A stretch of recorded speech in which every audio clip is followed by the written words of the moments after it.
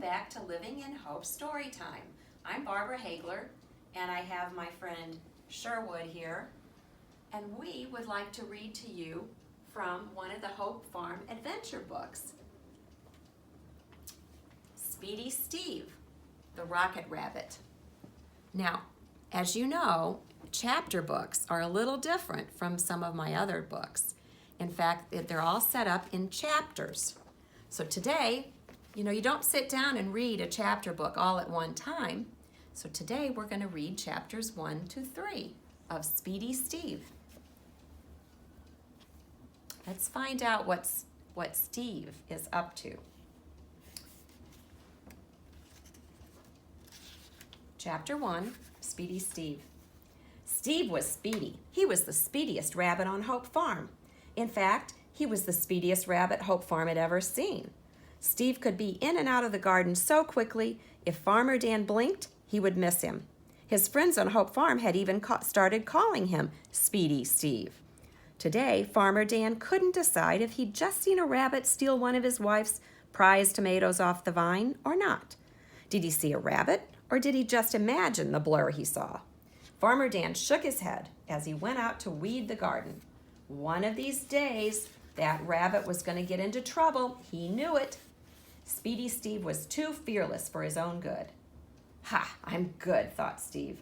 Farmer Dan didn't even see me take that tomato. I bet that I'm so fast he couldn't send those dogs of his, Jadis and Bentley, to find me before I've eaten half of this tomato.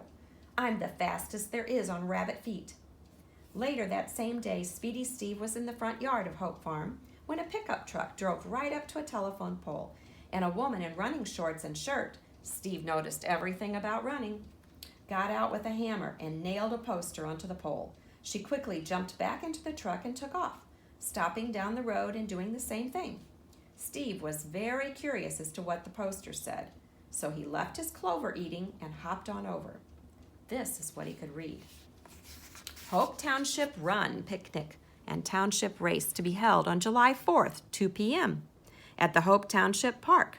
Everyone invited, those on 2 legs, 4 legs, or... ? A trophy prize awarded to the winning farm. A race!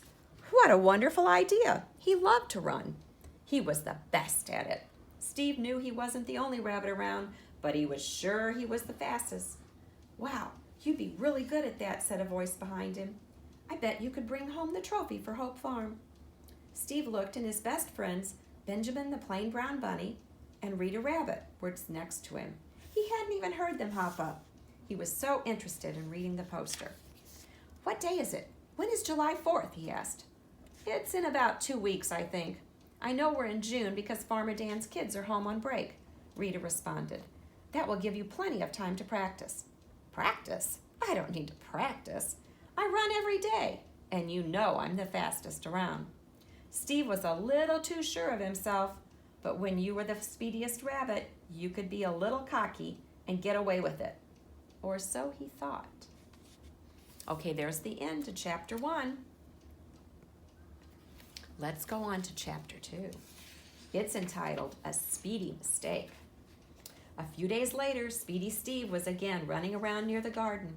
He was hopping from clover patch to clover patch, keeping an eye on the garden gate.